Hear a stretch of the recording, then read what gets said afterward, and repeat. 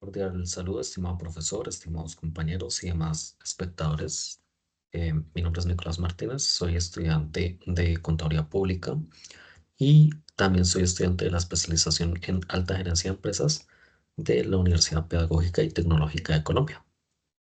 A continuación, pues les voy a hablar acerca del desarrollo de la actividad número 3 de la asignatura Gerencia Financiera y de Valor. Esta actividad corresponde al módulo o la metodología de valoración de empresas. Entonces, voy a compartir mi pantalla en estos momentos y vamos a iniciar. Cabe resaltar que mi grupo está conformado por mi compañero José Gilmer Martínez Lozada y quien les habla, Nicolás Martínez Cardoso. Entonces, vamos a iniciar. Para el desarrollo de esta actividad, de este trabajo, iniciamos a través del estado de situación financiera del grupo Nutresa. Es la organización la cual estamos actualmente analizando y nos fue proporcionada, el profesor nos proporcionó pues los estados financieros consolidados separados de el año 2023 y 2022. Asimismo, el estado de resultados, como pueden observarlo acá, de nuestro grupo Nutresa, igual a 31 de diciembre de 2023 y de 2022.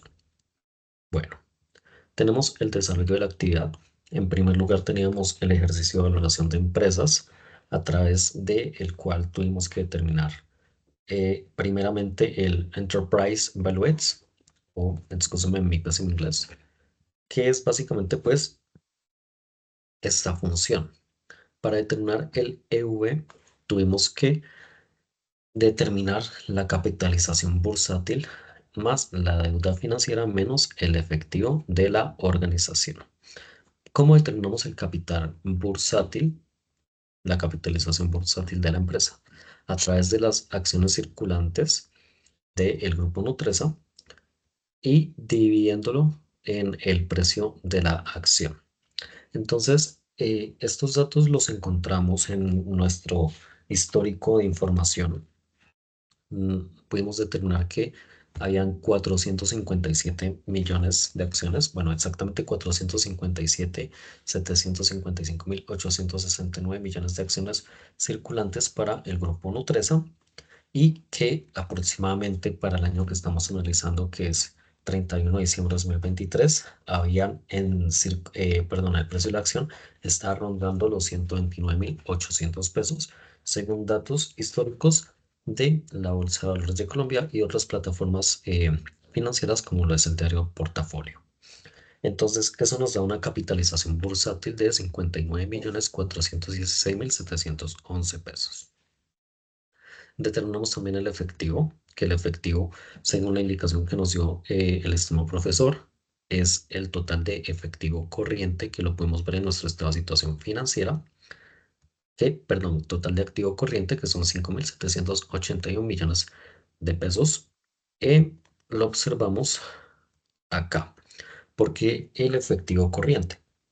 Porque el efectivo corriente nos permite tener una liquidez en caso de tener alguna obligación presente o inmediata de la empresa. Recordemos que todo lo que son los activos corrientes, pues nos generan una liquidez casi que inmediata. Entiéndase por liquidez que lo podemos vender y lo podemos volver en efectivo en un tiempo, pues corto. Siguiendo con nuestro ejercicio, tenemos la deuda financiera, que esta la determinamos a través del pasivo financiero y el costo. Pasivo financiero que lo determinamos o lo podemos observar en el estado de situación financiera, excúsenme, y el costo que también pues lo determinamos en el estado de resultados, como podemos observarlo a continuación. Entonces, el pasivo de 4.000 millones de pesos, podemos observar, excúsenme,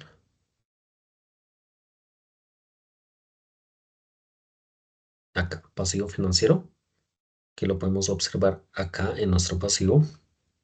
Son las obligaciones financieras, que son 757 millones de pesos más 3.346 millones de pesos, lo que nos da un total de 4.103 millones de pesos. Y el costo, que lo tenemos en nuestro estado de resultados, está acá, 11.508 millones de pesos.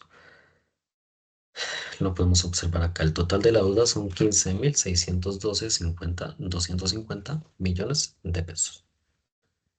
El EV queda determinado en 57.738 millones de pesos. Si practicamos la fórmula, que lo podemos observar acá, es la capitalización bursátil más el pasivo financiero menos el efectivo que tenemos en circulación.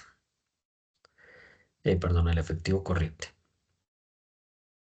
Y a través de estos cálculos determinamos también los otros rangos, que es el EV dividido en el EBITDA. El profesor nos enseñó a determinar el EBITDA, pero para este ejercicio ya tenemos acá nuestro EBITDA de 2.202 millones de pesos. Entonces, lo que hacemos es que dividimos el EV en el EBITDA, lo que nos da un indicador del 26%. Determinamos también el PER, que es básicamente el precio de la acción dividido en la utilidad por acción. Esto nos da un indicador del 17,55% y dividimos el EV en las ventas, que básicamente es estos 57.000 millones de pesos dividido en 18.000 millones de pesos, en las ventas donde las determinamos en el estado de resultados, como lo pueden observar acá, lo que nos da un total del 3%. Eso para la primera parte del punto número uno. Siguiendo con la segunda parte número uno, tenemos la proyección de flujos de caja que nos determina una EBITDA con un 6% de incremento anual y el margen de flujos de caja estimado es un 35%. Entonces, si hacemos la proyección para los siguientes 7 años, lo que nos determina el sistema es que tenemos una EBITDA inicial de 2.202 millones de pesos. Ese va a ser el permanente durante el periodo 2023, pero para el 2024 va a ser de 2.335 millones de pesos. ¿Por qué? Porque tenemos un incremento de 132 millones de pesos, 132.000, y tenemos un flujo de caja futuro del 35%, o sea, la estimación que son 817.000, y así vamos a continuar haciendo la estimación durante todos los periodos, como podemos observar acá en nuestra formulita. Entonces, básicamente, lo que hacemos es que para el 2025 tomamos el valor del periodo anterior con el incremento del 6%. Acá lo podemos ver, o sea, es decir, el 2024 fueron 2.335 millones de pesos. Perdón, 2.335 millones de pesos. Excúsenme, me pasó algo a mi cámara. Ya. Y si aumentamos el 6%, eso nos da un total de 140.108. Lo que lo sumamos acá, como pueden observarlo, nos da un total de 2.475 millones y el flujo proyectado, que sería el 35%, sería 860.000, 66.000, y así iría nuestra proyección hasta que finalmente en el periodo del año 2018 vamos a obtener un EBITDA de 2.948.045, un incremento de 166.870 y un flujo de caja futuro o proyectado de 1.031 millones de pesos. Todo va a ser una proyección creciente. A continuación tenemos el cálculo del WACC y al igual que en el ejercicio número 2, ya aprendimos a calcularlo. Tenemos todas nuestras variables, como pueden observar acá, y tenemos el cálculo del WACC. ¿De dónde nos sale, por ejemplo, el valor del CAE? El valor del CAE fue determinado a través del profesor, nos indicó que era el 15% y se tomó el del CAE y el del T, la tasa impositiva, de la guía, que sería para este periodo, perdón, para el CAE del 12% y para la tasa impositiva del 15%. Entonces, ¿de dónde nos sale el E de la fila de 8? La capitalización bursátil. El D, la D nos sale de la fila número D12, que es la deuda financiera, y la V, que es el E más D, que son 75.028.000. Entonces, Esto nos da un WACC del 14%. Entonces, este sería el desarrollo del punto número uno de la guía. Em, Ahora vamos a continuar con el punto número 2, que tiene un poquito más parte analítica. ¿Qué nos dice el punto número 2? Que tenemos que hacer una elaboración del flujo de caja libre proyectado a 7 años. Para esto tenemos varias variables, como es la inversión inicial, que lo conforma la planta productiva, el equipamiento y el capital del trabajo. Esta inversión inicial nos da un total de 1.320.000 pesos. Tenemos un financiamiento, cabe destacar que el 60% es de capital propio, que correspondería al CAE, y el 40% sería una financiación crediticia, es decir, apalancamiento, que correspondería al CADE. Y tenemos la tasa impositiva, que es del 15%. Proyecciones operativas, tenemos que según la información suministrada por la guía, nuestras ventas iniciales iban a ser de 450.000. El proyectado de incremento anual de ventas era el 8% y el margen EBITDA esperado era el 12%.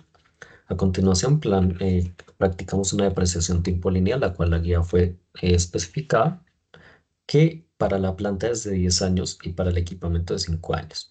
Entonces, la planta, como podemos observar acá, tiene un valor de 850.000, lo que depreciado linealmente a 10 años nos daría una depreciación anual de 85.000.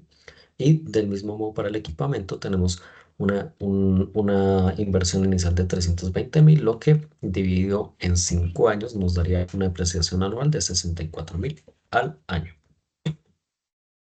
Esto nos da un total de depreciación de 149.000. Adicional, el ejercicio nos plantea que hay un valor residual que es el 40% de la inversión inicial. Entonces, la inversión inicial es 1.320.000, lo que corresponde al 40%, 528.000. Según estos datos, ya tenemos las otras variables para la proyección del flujo de caja libre, los cuales están divididos así. Ventas, un incremento del 8% anual, desde 450.000. EBITDA, que es el 12% de las ventas. El EBIT, que es la variable EBITDA menos la depreciación. Los impuestos, que es la casa, el 15% del EBIT. El NOPAT, que es la variable del EBIT menos los impuestos. Y el FCF o flujo de caja libre, que es el NOPAT más la depreciación. Según esta información ya podemos calcular nuestra tablita de proyección en los 7 años, en los cuales en el año 1 tenemos los 450.000 de ventas. El costo de venta sería de 225.000 pesos, unos gastos proyectados de 67.500, un EBITDA de 157.500. La depreciación se llama anual por los periodos, por los 7 periodos, de 149.000. Tenemos un EBIT de 8.500, unos impuestos de 1.275, lo cual nos da una utilidad de 7.225, un escudo fiscal de 9.504 y finalmente el flujo de caja libre sería de 165.729 pesos para, bueno, miles de millones de pesos para el primer año. Si podemos observar, el flujo de caja libre va a tener un aumento en cada periodo para finalizar en el séptimo año en 820.297. Igual las ventas pues va a tener una proyección de incremento en los 7 periodos. Recordemos que es el 8% anual, lo que también va a incrementar nuestro costo de ventas y nuestros gastos. Entonces, digamos que todas las variables van a tener un incremento debido pues a que se va a vender más. Si vamos a vender más, entonces vamos a tener un mayor costo de venta, un mayor gasto, un mayor margen EBITDA. La depreciación es la única variable que va a ser constante, que se va a mantener en los 149.000, por lo que es lineal. Y así pues finalizaríamos nuestro flujo de caja libre. Entonces, ¿qué nos muestra acá? En este escenario el EBITDA es negativo debido a que la depreciación supera el EBITDA. Entonces podemos ver acá la depreciación supera el EBITDA. En los primeros años esto genera pérdidas fiscales que podrían ser compensadas en años futuros dependiendo de la legislación tributaria aplicable. Y tenemos los cálculos financieros en segunda parte del punto número 2. Entonces tenemos el valor presente neto es igual, tenemos las variables KE, que es el 15%, KD 12%, la tasa impositiva del 15% y la estructura del capital, que es 60% capital propio y 40% apalancado o financiado. Entonces, primeramente para el cálculo del BPN, valor presente neto, nosotros tenemos que determinar el WACC. ¿Cómo lo hacemos? Como esta es una estimación, no nos vamos a centrar en cifras históricas como el cálculo del WACC para el punto anterior, sino vamos a iniciar con el tema de proyecciones financieras a futuro. Entonces, tenemos el WACC, que es igual a, según la función que podemos ver en el punto anterior, acá a este ladito, el WACC. Acá está. Entonces, aplicamos esta misma función acá y nos determina un WACC del 13,08%. Si notamos, no es que haya mucha diferencia, son 92 puntos porcentuales respecto al WACC del ejercicio anterior a el proyectado. Y ya cuando tenemos nuestro WACC, podemos hacer el cálculo del BPN para cada uno de los periodos, como podemos observar en esta cifra, perdón, función, que es el flujo de caja proyectado a través del tiempo de los periodos sobre o dividido en uno más el WACC elevado al periodo que vamos a calcular. Todo esto menos la inversión inicial. En otras palabras, tenemos acá las variables del FCF, del flujo de caja, el flujo de caja libre, lo podemos observar acá, y la fórmula aplicada para cada uno de los periodos. Si pueden observar ustedes, acá está el periodo 1 al 7. Lo que nos da un flujo de caja libre proyectado, descontado en total de 570.506 pesos. Entonces, finalmente hacemos el cálculo del BPN, que esto es em, la sumatoria del flujo de caja descontado de cada uno de los periodos, bueno, de todos los periodos en realidad, menos la inversión inicial, lo que nos da un PPN negativo de 749.494 pesos. Excúsame, lo subrayo por acá de una vez que se me olvidó dejarlo subrayado.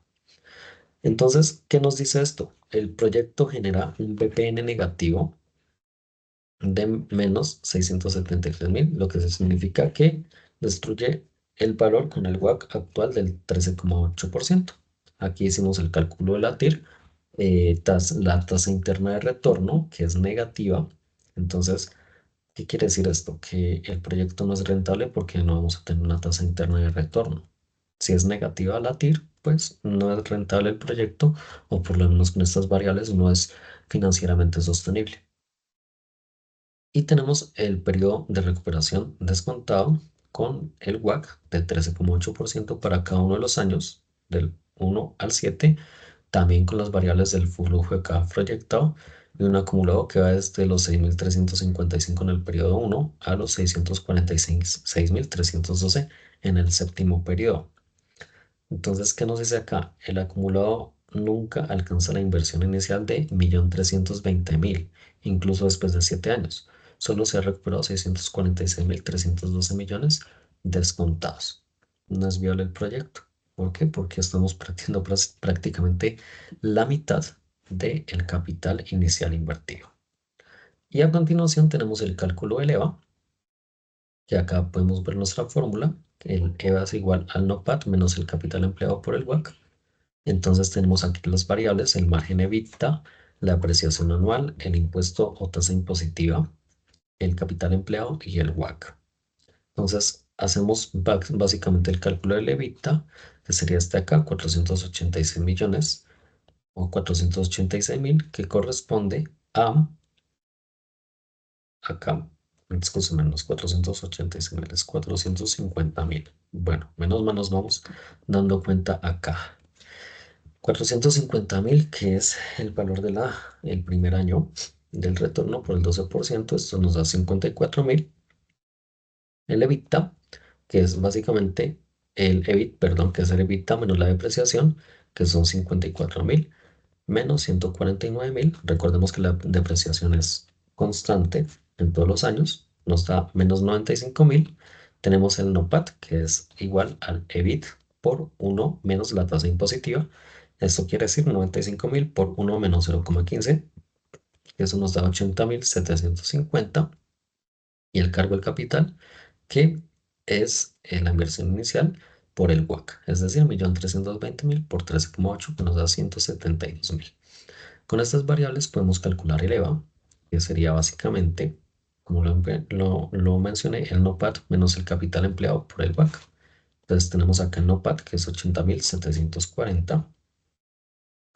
eh, y esto lo restamos a la multiplicación entre el capital inicial y el EVA, que es 1.320.000 por 13,8, es decir, 80.750 por 172.756. Aquí lo tenemos.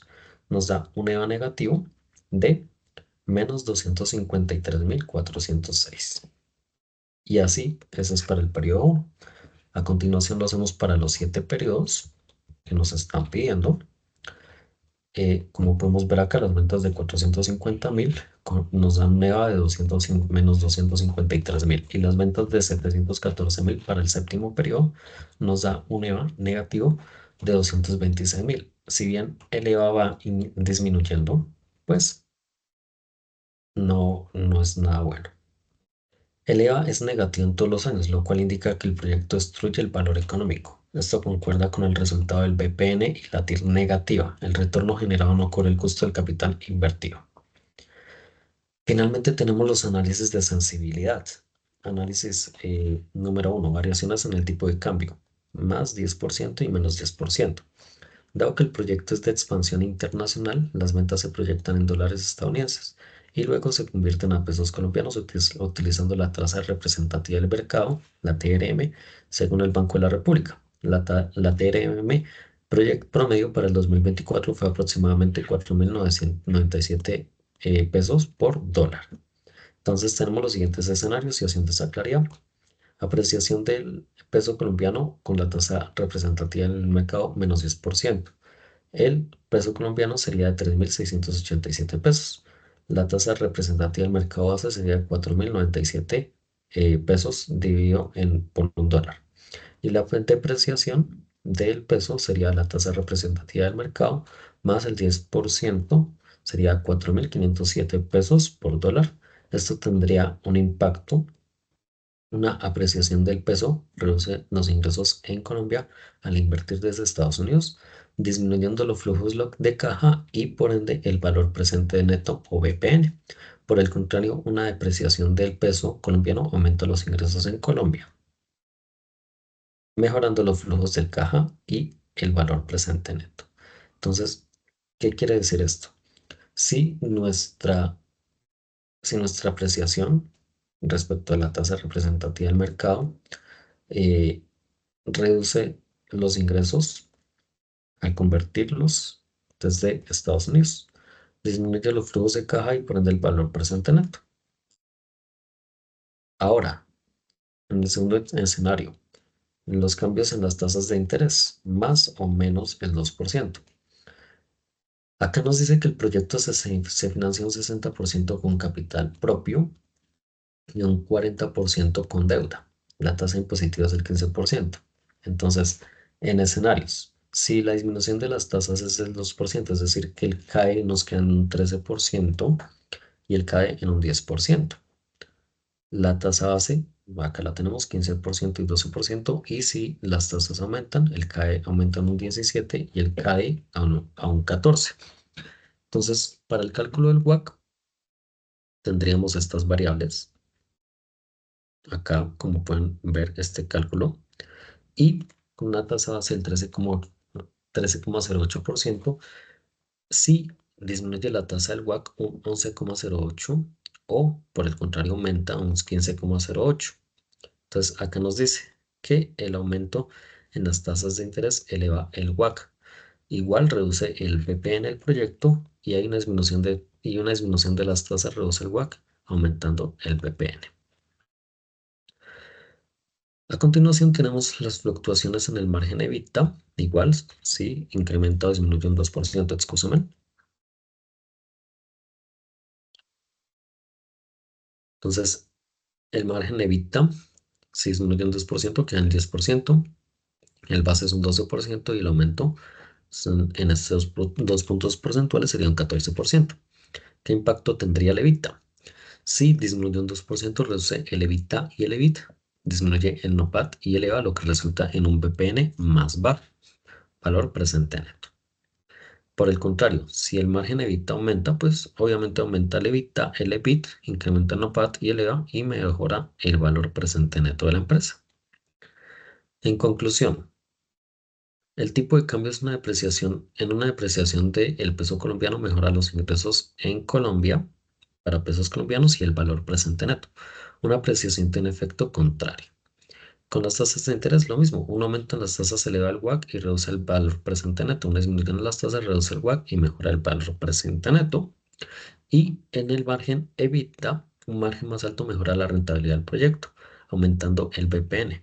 Un margen más bajo reduce la rentabilidad y el BPN. Este análisis permite identificar los factores más críticos que afectan la viabilidad financiera del proyecto y puede ayudar en la toma de decisiones estratégicas. Y este ha sido pues nuestro análisis. Espero que sea de su agrado. A continuación, José nos va a hablar acerca de la presentación del punto 3. Entonces, eh, ya nos queda con José, pues que continúe. Muchas gracias por la atención prestada. Punto 3. Importancia de los mercados financieros. Análisis de las principales bolsas de valores y sus características globales. Los mercados financieros como pilar de la economía global. Los mercados financieros son esencialmente para el funcionamiento eficaz de la economía, ya que facilitan la asignación de los recursos, impulsan la inversión y el ahorro, y contribuyen a la estabilidad económica a través de la regulación y la transparencia.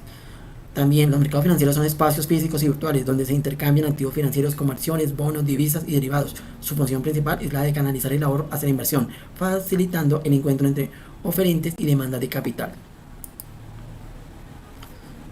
Características claves de los mercados financieros. Entre ellos tenemos alta liquidez. La liquidez en los mercados financieros permite que los activos se compren y venden rápidamente sin afectar su precio, facilitando así la inversión y el comercio. Transparencia. La transparencia es fundamental en los mercados financieros, ya que garantiza que toda la información relevante sobre los activos y las transacciones estén disponibles para todos los participantes, reduciendo así el riesgo de la manipulación y el fraude. Diversidad de instrumentos. La diversidad de instrumentos financieros como acciones, bonos y derivados permite a los inversores elegir opciones que se alineen con sus objetivos y tolerancia al riesgo, ampliando así las oportunidades de inversión. Regulación estricta. Los mercados financieros están sujetos a regulaciones estrictas que buscan proteger a los inversores y mantener la integridad del sistema financiero, asegurando así un entorno justo y equitativo para todos. También tenemos la importancia de los mercados financieros, ya que son esenciales para varias razones. 1. El acceso al capital permite financiar proyectos de expansión y mejora la operativa. 2. Valoración empresarial. El precio de las acciones refleja la percepción del mercado sobre el desempeño y las expectativas de la empresa. 3. Gestión de riesgo. A través de los instrumentos financieros como derivados se pueden cubrir riesgos cambiarios de tasa de interés o de precios de materia prima. 4. Toma de decisiones estratégicas. Provee información clave sobre las tendencias económicas, tasas de interés y comportamientos del consumidor e inversor. Principales bolsas de valores en el mundo. A nivel global, existen bolsas de valor que lideran el movimiento de capitales y marcan tendencias financieras. Las más destacadas son Bolsa de Nueva York. La Bolsa de Nueva York es conocida por ser la más grande del mundo en términos de capital de mercado y alberga muchas de las empresas más reconocidas a nivel mundial. Entre ellas tenemos a Apple, Microsoft, Nasdaq. Nasdaq se especializa en acciones tecnológicas y es conocida por su alta volatilidad y crecimiento rápido, siendo un símbolo del sector económico. Entre ellos tenemos como Amazon, Google y Meta. Bolsa de Londres. La Bolsa de Londres es una de las más antiguas del mundo y juega un papel crucial en el comercio internacional, atrayendo capital de todo el mundo. Bolsa de Tokio. La Bolsa de Tokio es la principal bolsa en Asia y se caracteriza por su gran volumen de negocios, siendo un indicador importante en la economía japonesa. Entre las empresas más destacadas tenemos Toyota y Sony, cotizan con ella. Tenemos también la bolsa de Shanghái, ubicada en China, refleja el crecimiento del mercado asiático, es clave en la estrategia de la internacionalización de muchas empresas chinas. Bolsa de Londres, Reino Unido, una de las más antiguas y con fuerte presencia multinacionales de Europa y África. También tenemos a Dow Jones Industrial. América es uno de los índices más antiguos y representantes. 30 grandes empresas de Estados Unidos. Es un indicador clave de crecimiento industrial y financiero del país. Tenemos también S&P 500, una de las principales empresas de Estados Unidos. Proporciona una visión más amplia del mercado. Sus metodologías de capitalización de mercado lo hace un reflejo más preciso de la salud económica. Bueno, continuando con una parte de línea de tiempo histórica de los mercados financieros, tenemos la siguiente presentación. Impacto histórico de los mercados financieros en la economía. Análisis de eventos clave y su influencia en la economía global. Entonces vamos a ver qué nos depara.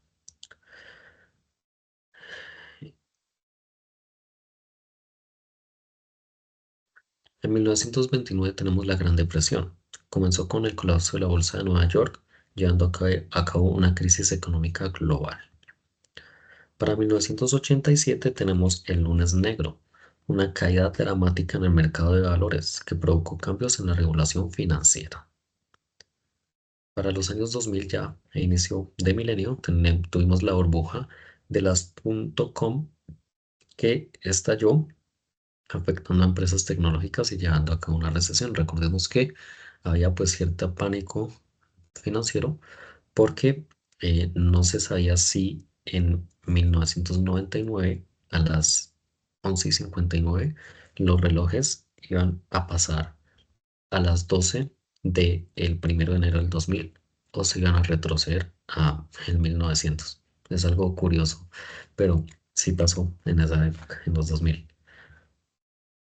En el 2008 tenemos la crisis financiera global que resultó en la quiebra de importantes instituciones obligando a gobiernos a intervenir. Recordemos que en ese 2008 también tuvimos por parte de la Unión Europea, em, cuando Grecia tuvo esta crisis económica que fue respaldada por la Unión Europea y tuvo pues un impacto fuerte.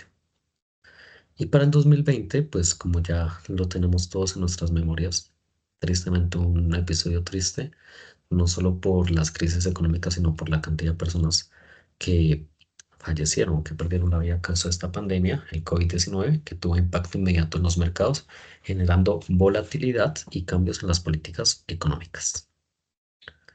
Este es nuestro impacto histórico de los mercados financieros en la economía. Los mercados financieros como pilares de la economía global. Los mercados financieros y las bolsas de valores desempeñan un papel crucial en el funcionamiento eficiente de la economía global, facilitando la inversión, el ahorro y la estabilidad económica. Entender su funcionamiento y sus características es vital para los inversores y ciudadanos interesados en el impacto económico. Importancia de los mercados financieros. Análisis de las principales bolsas de valores y sus características globales. Así finalizamos pues esta presentación. Finalizamos este pequeño espacio que tuvimos. Espero que pues haya sido de su agrado. Y nada, quedamos súper pendientes a cualquier duda, pregunta o inquietud. Que tengan un excelente día.